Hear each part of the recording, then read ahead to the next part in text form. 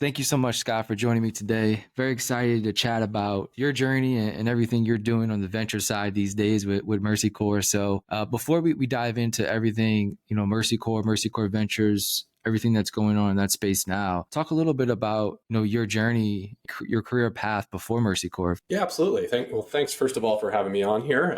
Really looking forward to the conversation here. Yes, well, just to introduce myself, I'm Scott Onder. I'm the Chief Investment Officer of Mercy Corps. It's a global humanitarian aid and development agency that works across more than 40 countries. We have a team about 6,000 people strong, really working side by side with communities that are living through poverty, conflict, and the climate crisis. So my role here at Mercy Corps is to set the global strategy for expanding our impact investing work. We focus a lot on innovative finance, Web3 initiatives, and also developing strategic partnerships with technology ventures. And I got into this work about 15 years ago. I was in a spot where I had worked a bit in venture capital, investment banking, and real estate finance, and I had gotten a taste of doing some sector studies in emerging technologies, looking at how things like remote sensors and remote sensing devices and fintech could be utilized and commercialized a decade out plus. And that got me really into the idea that technologies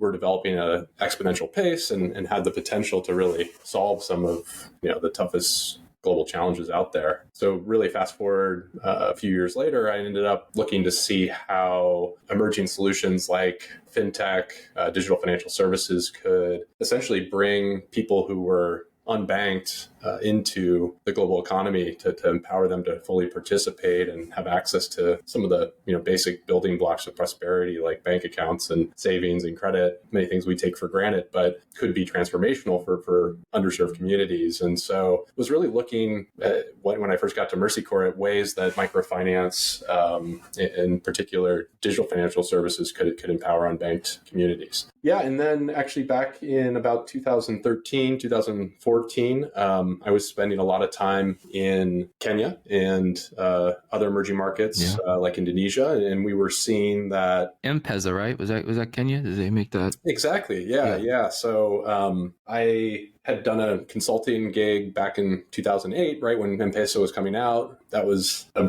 around the same time that the first generation iPhone came out. And, right. And I had a consulting opportunity to explore how could smartphones take microfinance to the next level. I had a fintech background, so I was looking at things like crowdfunding platforms like Prosper and Kiva, and I stumbled across M-Pesa at that time and ended up connecting the dots. That digital financial services delivered over mobile platforms could really be a game changer and could offer the next generation of solutions to provide financial services to the unbanked. And, fast forward a few years later, I was spending a lot of time in Kenya and in Jakarta and other emerging markets and seeing that, adoption had really caught on.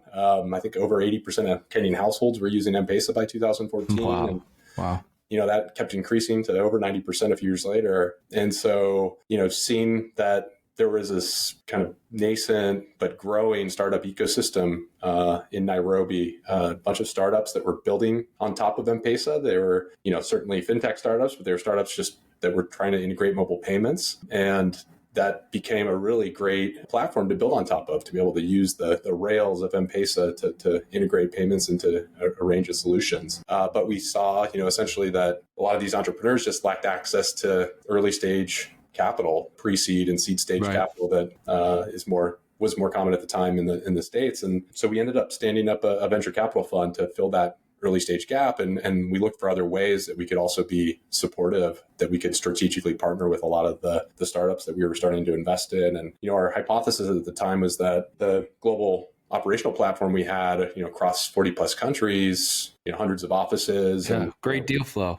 Amazing. Yeah, it could be deal flow, and it could also be a springboard for some of these startups to be able to engage with our networks of partners. So we had partners that were financial institutions, mobile network operators. We had networks that could be useful to these early stage startups. So for the last 8 years, we've been really testing out that hypothesis and proving out where we could be supportive to entrepreneurs alongside the capital that we're investing in. I love all this. I was wondering if you can touch on a little bit of the companies or maybe startups coming out from around the world. I mean, you mentioned sort of fintech, and you mentioned Web3, and you mentioned banking, right? There's a lot of some interesting things going on in our banking system here in America at the moment, where we sort of have this traditional, banking system set up. It's kind of been around for hundreds of years, right? It's kind of never really changed. And like we mentioned with M-Pesa and other platforms around the world, they kind of skipped a lot of the traditional brick and mortar, banking infrastructure and kind of went direct to technology, which kind of has some benefits to it. I think they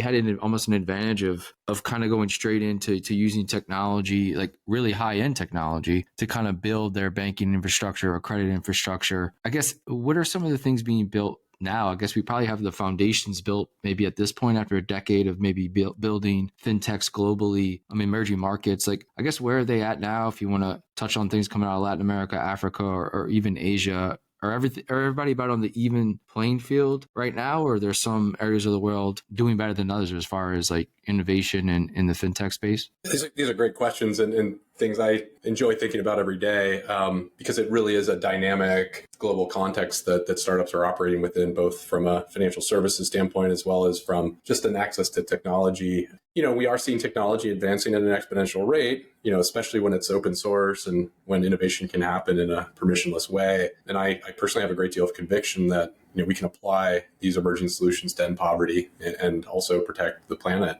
And in emerging markets, some really encouraging dynamics are at play too. That we're seeing the advance of mobile internet and smartphone penetration. The cost of data and mobile internet is really dropping precipitously. So it's increasingly affordable. We're seeing a lot of data analytics companies popping up that are really utilizing big data and AI in compelling ways to tailor solutions to people living in kind of lower income strata.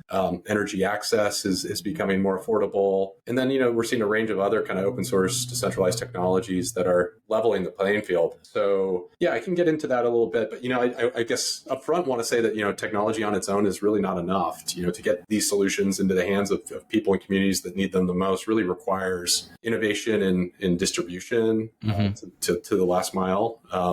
Involves integrating education in an intuitive way into the user experience to drive uptake. There's still a lot of human capital involved at that last mile, huh? Yeah. It requires boots on the ground, person-to-person interaction, communication channels that are tailored to last mile communities, and ultimately, affordability, bringing down the cost of these solutions, either through economies of scale or embedded financing. And this is really where entrepreneurs come in. I don't see big companies necessarily always leading the way in terms of driving affordability and access. And so, I personally have a really strong bias toward entrepreneurs and believe they are uniquely capable of solving some of the world's toughest challenges that, governments and NGOs are really not as well positioned to address. And so, I think in terms of the larger question that you asked related to financial services, historically, I think the current global financial system is rather broken. It excludes 1.5 billion people that have no access to financial services, and there's another billion people that are underbanked and have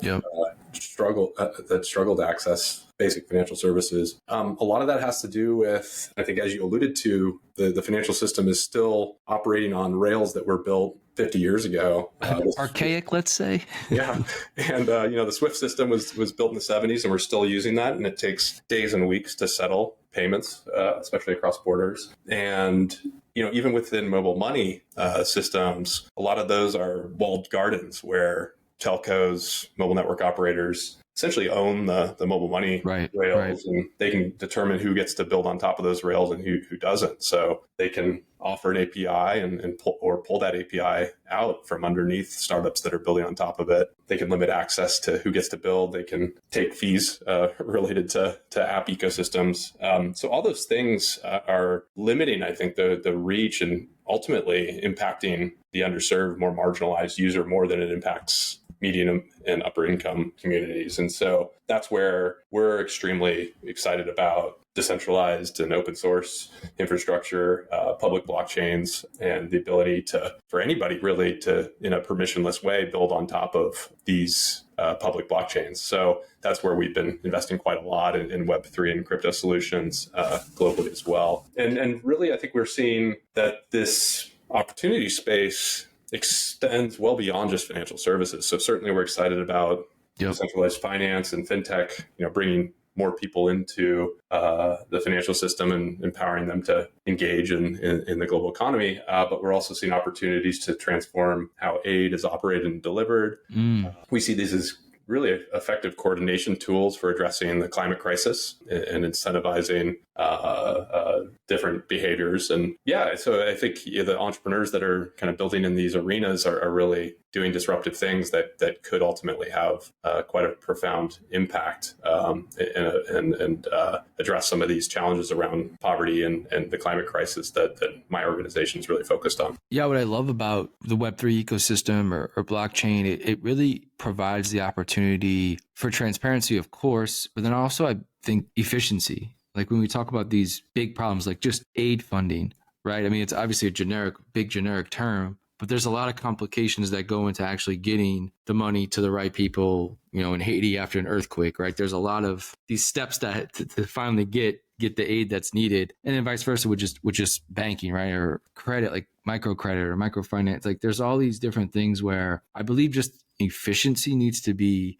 sprinkled into these old archaic rails that we talked about. And I think that's sort of the power of DeFi or Web3 or blockchain, whatever we want to call it. They all use the same foundational rails really to drive people to build on top of them or build their own protocols. I guess talk about what is, for people who aren't aware of like how these protocols or blockchains can be beneficial in emerging markets. Like, I guess what problems are they solving in the real world? Because I think we tend to just think of crypto as Bitcoin and NFTs and Ethereum. And it's like much more than that. There's actually real kind of work going on in the Web3 environment of like solving global issues that I think we all care about. Yeah, and completely, agree with some of the points you were making around the opportunity for crypto and blockchain solutions to increase transparency, enhance efficiency, lower costs. It can, speed up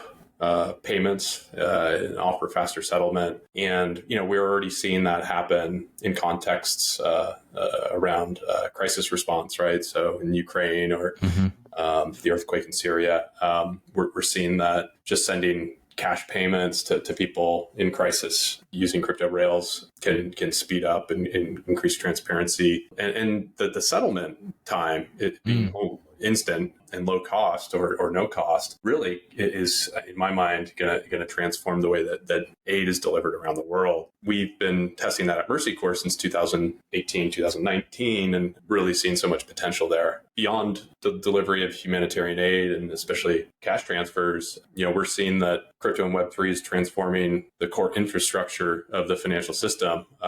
And it's also transforming the delivery of a wide range of customer-facing financial products and services. So, remittances were probably one of the first use cases that I came across back in, 2013, 2014. We were seeing startups in Kenya starting to use Bitcoin to make remittances more affordable. And I think there was a small wave at the time, 2013, 2014, of companies that were doing that. But it was solving real problems for people I worked with. Sending money into Kenya was always challenging, especially when folks didn't have bank accounts that were able to accept international payments. So we were already using some of those remittance tools, almost 9 years ago. Yeah, crazy. The other use case that I think has real product market fit is clearly stablecoins. And until recently, I think we've taken for granted that, we've been living in a low inflationary economy.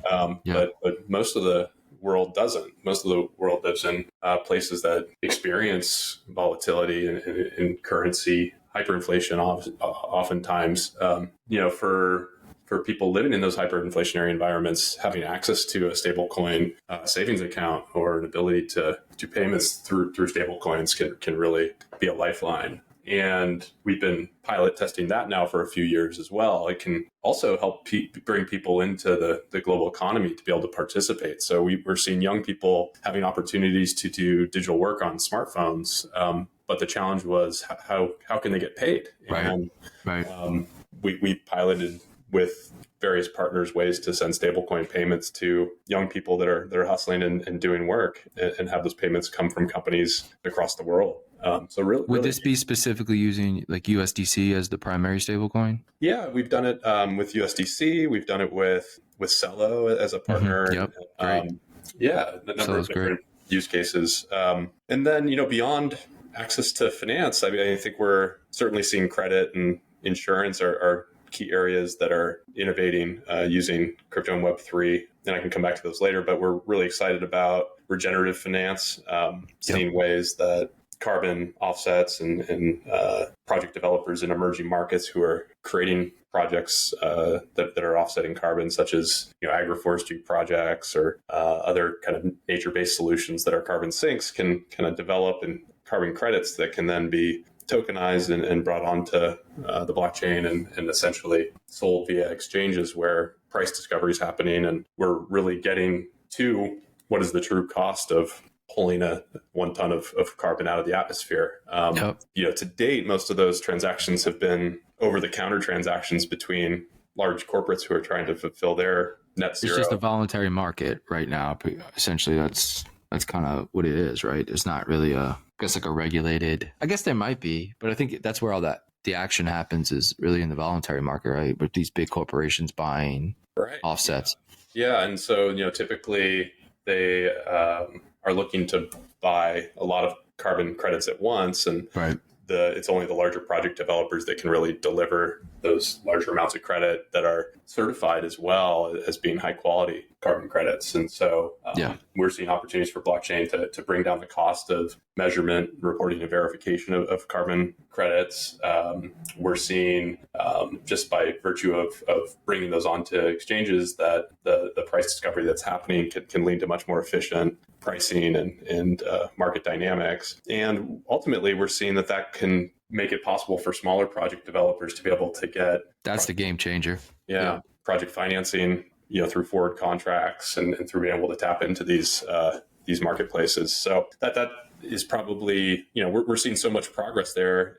It's really encouraging over the last couple of years to actually see the voluntary carbon credit markets that you were alluding to really pick up steam and become viable, because there's so many different applications that can help communities in emerging markets if they're able to develop new income streams from carbon offset projects. So it could be from climate smart agriculture, regenerative agriculture. It could be from forestry, afforestation, reforestation projects. We're working with a company in Indonesia right now, Forest Carbon, on a carbon offset project in the peatlands of Sumatra, and finding ways to tokenize those and bring them on chain. So, there's a lot of potential in that space as well that we're quite excited about too. On that note, I kind of wanted to touch on, again, I love talking about like sort of startups and what they're doing. And maybe if you want to shine a light on a couple, maybe talk about some that Mercy Corps Ventures has invested in. I see Open Forest Protocol. We just had Chris on from Topple, maybe Complete Farmer.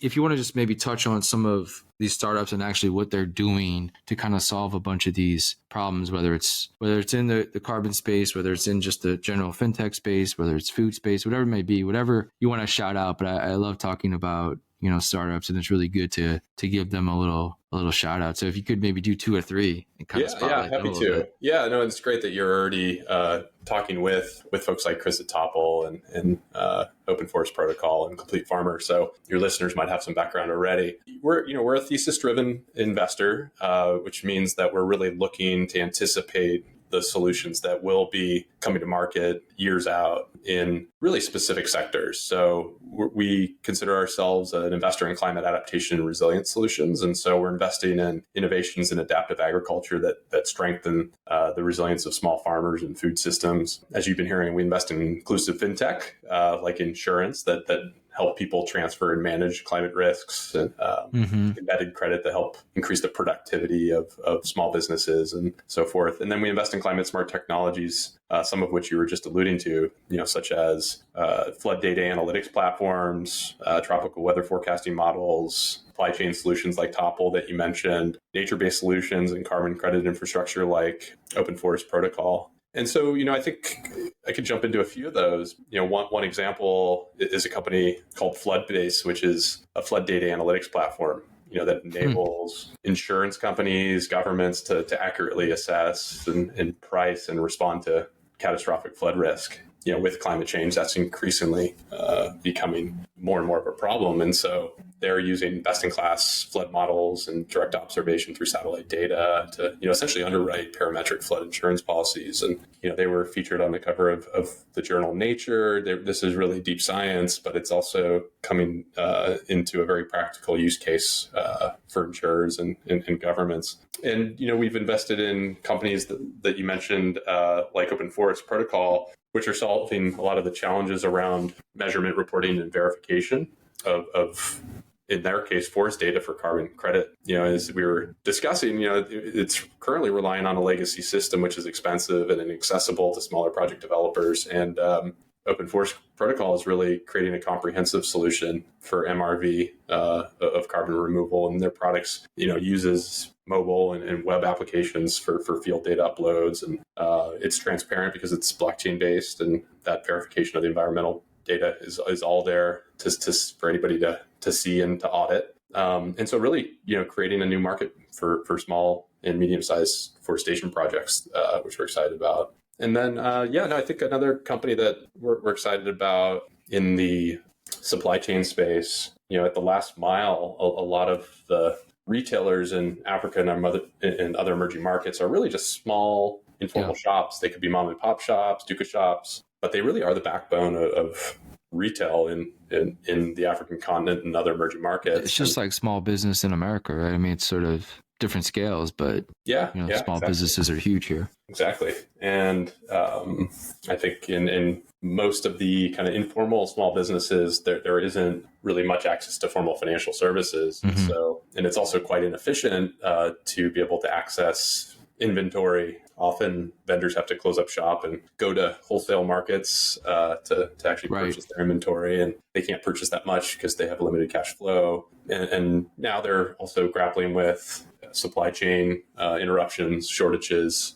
We expect those supply chain interruptions to only increase in frequency and magnitude with climate change. And, I think that could be really seen as one of the biggest operational challenges for vendors. And so we have a few companies in our portfolio that are solving this from multiple directions. So one is called Wesoko, which is a last mile distribution platform and agent network that really delivers directly to small shop owners, allows them to order over mobile, have those inventory products delivered almost immediately, and then offers essentially buy now, pay later types of credit. And that allows them to stock more inventory and ultimately sell more. And, because they have a very sophisticated logistics and supply chain tech platform, they're able to anticipate any sort of supply constraints and pricing fluctuations and so forth to help stabilize that for their clients. We have companies that are doing similar things in West Africa in the logistics sector. We've invested in companies in Latin America that are doing similar work. But for us, that really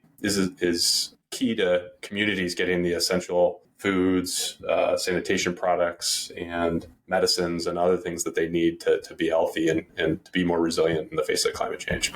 Unbelievable. One quick question, and then I have one last question. One would be is, I guess when you're looking at startups and I guess they come across your desk, so to speak, right? Is that, I guess, does the funnel come just from, you work on the work on the ground with Mercy Corps, and then they maybe pass on stuff they see in the field that's very interesting? Or, do you have just cold outreach from, entrepreneurs in Africa or other parts of the world? I guess, how does you and the team sort of assess what comes across, your desk, so to speak? How does your process work on choosing entrepreneurs to back? Great question. Because we are sourcing investment opportunities from across Africa, Latin America, and Southeast Asia. And we really do embed our team in some of the most vibrant startup ecosystems, like in Nairobi and in West Africa and in Colombia and in other markets. And that's essential. We've been really a embedded partner in those markets for years now. Back in 2014, 2015, when we started investing, there were not many venture capital funds, and there were not many that were willing to come in as early stage as we were at the pre-seed and seed stage before product market fit. And so over time, we've build strong relationships. I'd say the biggest source of deal flow for us actually comes from the entrepreneurs in our portfolio that are recommending us to other entrepreneurs. And it also comes from investors that we've co-invested with that have come into some of these companies either with us or after us, and they see how much we are rolling up our sleeves to support these companies in addition to the capital. We're forging partnerships with them. We're providing a lot of consulting services to the companies. And so other investors want to bring us into deals. So we get a lot of referrals that way. Later stage investors may see companies that are just too early for them. And so we get a lot of referrals that way, with the thinking that Mercy Corps Ventures will work with them for a couple of years and accelerate them to that Series A round that they can then participate in. Yeah. And then we're just, I think, trying to publish and try to kind of share all the learnings that come out of our portfolio, both kind of the failures that happen as well as what's working. And so just being kind of defaulting to open everything that we're learning, I think also pulls more people into our orbit, which has been nice to see over time. Awesome. The last question I have is really around the future, and there's a lot of things changing, really week to week, year to year at this point. It's really, it's a little bit jarring how fast things move and change in this sort of environment. I guess, what does success look like to you in the next 3 to 5 years? Like, what are some of the goals you would like to achieve, you would like to see happen? Well, I've been really encouraged to see a lot of the ecosystems that we're investing in develop just substantially over the last 8 years, and want to see that continue to happen. I think there's still capital gaps, and I think there's capital gaps right now in climate adaptation and resilience. Quite profoundly. So that's one of the biggest areas of focus for us. There are a lot of venture capital funds that invest in climate mitigation solutions, essentially decarbonization, energy access, and so forth. Maybe a little too much money into that side, right? And then not enough into the minutia stuff. I'm happy to see it, but the fallout from the climate crisis is already here, and the communities that did the least to cause it are being impacted first, and they're being hit hardest. And 130 million more people can be pulled into poverty, extreme poverty, this decade as a result of the shocks and stresses from climate change. And there's just a real capital gap investing at the earliest stages, at the earliest and riskiest stages of innovation in climate adaptation solutions, like what we've been talking about. And so really just trying to catalyze more capital to that, to address that problem set. And, really think it's going to take a tremendous amount of creativity and coordination and collaboration between, venture capital investors like us with, entrepreneurial ecosystems, even with governments and philanthropy to try to get enough capital to address this challenge. And so, a decade from now, if we're seeing, hundreds of billions of dollars being invested every year in climate adaptation and resilience solutions for communities in emerging markets, that to me would be, the biggest accomplishment possible. Amazing. Well, thank you much, Scott. I mean, I could go for I can go for an hour, 2 hours in this stuff. I want to be conscious of your time, but I appreciate you taking the time. It's fascinating work. I love to hear it, love to chat about it. There's so many interesting things being built, I think, around the world. And I think sometimes we take it for granted of what people are building and what people are dedicating their time to, because, there's a lot of problems in the world, a lot of things to be solved, but there are people, building it and doing it. And I think it's so important that we showcase that and they get funded, right? These problems are there, and, it's great to make money, investing in all these different things, but maybe you can make just a little bit of less money and invest in some of these things that at the foundational level, need to be invested in for these other startups to even work and scale properly, right? I don't know. So I appreciate you taking the time, man. I really do. Best of luck for the next decade. Well, I completely agree. Yeah. And really appreciate the conversation. And thanks again for having us on.